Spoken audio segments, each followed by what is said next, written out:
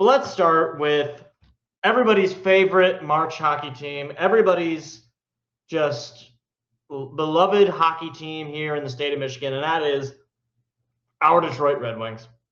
And look, last week, just a week ago today, on March the 10th, I was watching a game in which the Red Wings were, I think they were down 1-0. They might have been winning 1-0. Whatever the case might be, they were playing a game against the Florida Panthers. And at one point in that game, they were up by a score of 3-2 with 90 seconds to go, a minute and a half to go in the third period.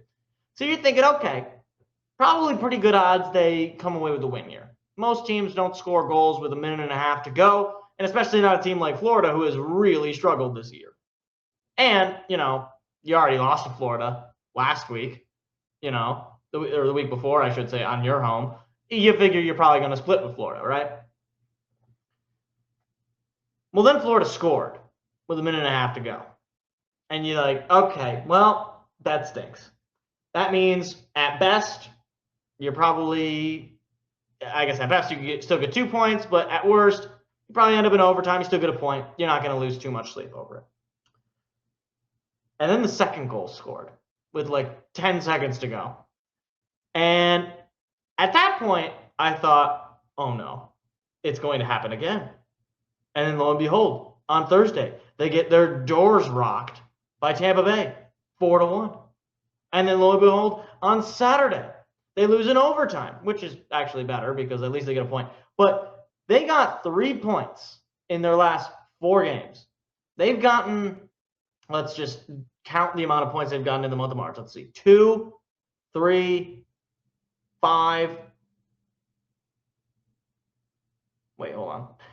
5, 6. I don't know why my brain just shut off there. They've got 8 points. 8 points in the month of March. I think I counted that right. If I didn't count that right, whatever. I don't care. They struggled immensely. And then one thing I did say last week was that if they go out after beating Florida or after beating New Jersey and they lose all those games in a row, that tough stretch of games on the road, and they lose all those games, then the collapse is on. And yes, I know they won last night in Calgary. They blew them out. Of course they blew them out. Calgary is literally the second worst team in the NHL. They're the second worst team in their conference and the second worst team in the league. If you don't blow that team out at home, you not only do you not deserve to make the playoffs, you don't deserve to be playing hockey anymore. You should just end the season. You end the season there if you lose that game. So they survive. They get the win. Great. Ecstatic for them. Okay. However, right now, as far as the standings go, they are not exactly in a spot where you can be comfortable. They are in the first wildcard spot. Now, need I remind you, of course, that near the beginning of this year, the Red Wings were one of the top teams in the Eastern Conference. And now, once again, in the month of March, we're talking about, are they even going to make the playoffs? Like every year this happens. I feel like I've released this video every single year of, well, it looks like the Red Wings are struggling again in March. Oh no, they're struggling again. What's to blame? Who's to blame? What do you do? And nothing ever changes. I mean, I guess you could say they fired Derek Lalonde, but then they brought in Tom McClellan. He did the same thing in March last year. And he might do the same thing in March this year. Like, here's the thing. Even with your first wild card spot that you are in, you have played one more game than Boston, who is 1 point behind you, and you are 3 points ahead of Columbus, who is on the outside looking in, who has played 2 less games than you. Meaning that basically, if either Boston or Columbus catch up with you with the amount of wins of games that they have played less than you, they will jump you. Both Columbus and Boston would jump them if they won the remaining games that the Red Wings had played on them. I don't know if any of that made sense to you, but if Columbus wins their remaining game, they have 83 points. You're wild card 2. If Columbus wins their next 2 games, they're 1 point ahead of you, and you're out of the playoffs. And you pointed, this is the fourth March collapse. We are in what, year 7? I don't even we're at year 7 because Steve Yzerman, I believe, got hired in 2019, right? We are in year 7 of the Yzer plan. And right now, there is no world where you can say that you feel comfortable guaranteeing that the Red Wings are going to just pull this one out, because we've seen this one before.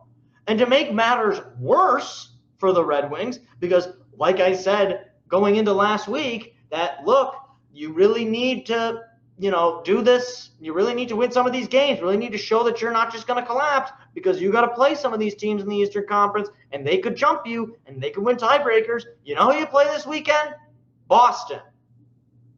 So isn't that just stupendous? You also play Montreal, who has already jumped you.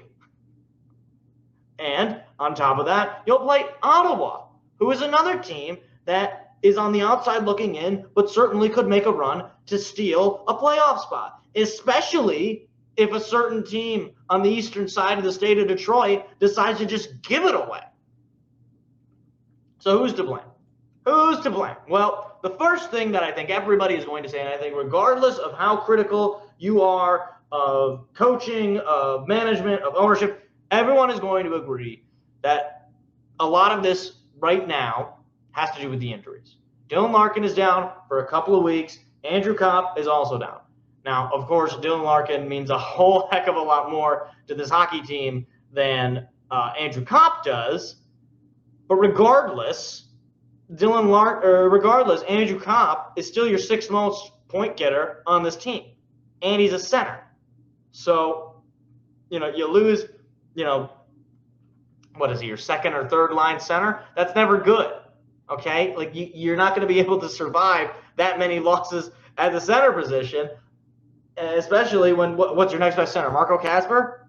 Are you really like all the people talking about how great the youth is going to be? Marco Kasper's got 16 points on the year, and he's a negative player on the ice for what that's worth. Like, don't just say, oh well, Kopp stinks anyway, because for one, Steve Yzerman is the one who brought him in, and for two, he's a heck of a lot better than the guys below him in the lineup. Secondly, bad defense. This team has had a terrible defense, and I think people have said this for years. This team has had terrible defense because your demon core is, frankly, just kind of unacceptable. Like, hold on, let me just pull out all of our D-men. Are you guys ready for some of the high hitters on this team defensively? Here we go. Travis Hamonic, he got 25 games on this team. Ben Sherratt, Justin Falk, who you just traded for, and by the way, gave up the game-winning goal against Florida last week. Eric Gustafson, who played 2 games. Jacob Bernard Docker, who has the incredible allure of having 4 points on the year. Didn't know that was possible. Mo Seider, who's probably the best defenseman you have. Albert Johansson, who is a negative player. Simon Edvinsson, who is a fine enough player, but also has missed 10 games on the year. And Axel Sandin Pellikka, who I was told, I was informed that I don't know anything about hockey, that Axel Sandin Pellikka is going to come in and transform this defense core. Well, you know what he's done? He's got 19 more points than you and me, and he's a negative 21 ice. He's a negative 21 player on the ice. I'm sorry, but if this guy's supposed to be Mark Messier, I'm not seeing it yet so far. If he's supposed to be Nick Lindstrom 2.0, I want to go back to 1.0. Can we get actual Nick Lindstrom out there? Because he'd probably get you about the same production. So there's your defense core. And of course, naturally at the trade deadline, you made one move worth anything. Because don't sell me David Perron on the return tour is somehow a massive pickup. It's not. It's not. And then finally, of course, this goes without saying, the blame is on Steve Yzerman. And it's been on Steve Yzerman last year. And it was on Steve Yzerman the year before that. And it was on Steve Yzerman the year before that. His roster construction is terrible. And don't give me, well, if Larkin stayed healthy, you want to know how many times I have to hear if Larkin stayed healthy to where it no longer has an effect? I got to hear that just one time. And once I hear that once, and then I hear it again, I don't want to hear any of it. You know what Steve Yzerman didn't have to do when he got here? He didn't have to keep Dylan Larkin. He could have traded him. And he probably could have gotten a decent haul. But no, we decided to keep him. He's your captain. And so you got to deal with the fact that the guy seems to always get hurt in the month of March. You got to deal with the fact that the guy would not be a first-line center on any Stanley Cup contending team in at least the last 5-10 years. That's just a fact. And you want to know how I know he's not a first-line center on a Stanley Cup team? Because he's not a first-line center on best Olympic teams. In fact, he's a third-line player on those teams in much of the time. And he is your captain, and he is your leader. So this is what you get. The guy, Steve Yzerman, has not made a massive enough move to really elevate this team. He could have gone out to get Quinn Hughes like the Minnesota Wild did. He could have gone out to maybe try to get Elias Pettersson. Nobody's managed to do that, but that certainly would be a move to make you better. No, instead, his big move was getting John Gibson, who's been fine, but certainly not world-changing, and refusing, seemingly on principle, to bring up Sebastian Cossa, who is another one of these guys that I've been sold on is going to be, basically, the next big thing. He's gonna transform this team. Just you wait until Simon Edmondson, Axel Sandin Pellikka, and Moritz Seider are all on this team. Then you'll see just how good Oh, yeah, that's right. They are all on the team. Just you wait until Michael Brandt-Signigaard comes in and gets us, 2 points on the year and then gets immediately sent back down to the AHL level. Just you wait, funny man, guy who doesn't know anything about hockey. Just you wait. Because all of us hockey geniuses know that Steve Yzerman is going to figure this out. Well, guess what? If your one skill as a general manager is being able to draft, and that one skill is also not that great, you might not be that good at your job. You ever think about that? Like, if I told you that my job is made up of, thirds, and I am good at 1/3 of those things, but not amazingly good, but pretty good, but I'm really bad at the other 2 things, well then maybe I'm not that good at my job.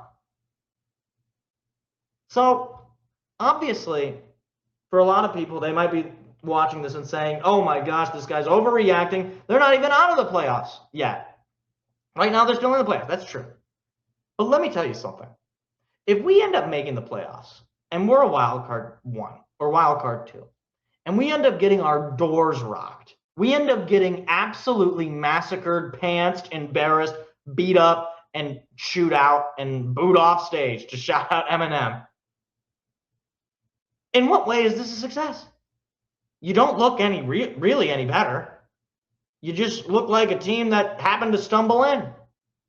You know a team that looks a whole lot better? Buffalo, Montreal, heck, even Carolina and New York, the Islanders. Those teams all look better. You know what you look? You look like basically the same team you've looked like the last 2-3 years. A middling team with no one true superstar, with a coach that nobody is really all that enthused about outside of Detroit. And you might miss the playoffs again. And yet, here we are. Steve Yzerman's probably going to keep his job regardless of if they make the playoffs. And probably especially if they make the playoffs, he'll keep his job, which would make sense. But nothing will change. He's not going to make a big move to really elevate the team. He's not going to, call up a number of his prospects to elevate the youth of the team. Because the fact is, the prospects just aren't that good. If they were so good, they'd be here. And you know that as well as I do. Hey, YouTube, if you like clips like that, hit the like, hit the subscribe button. We've got live shows every Tuesday night. Hope to see you there.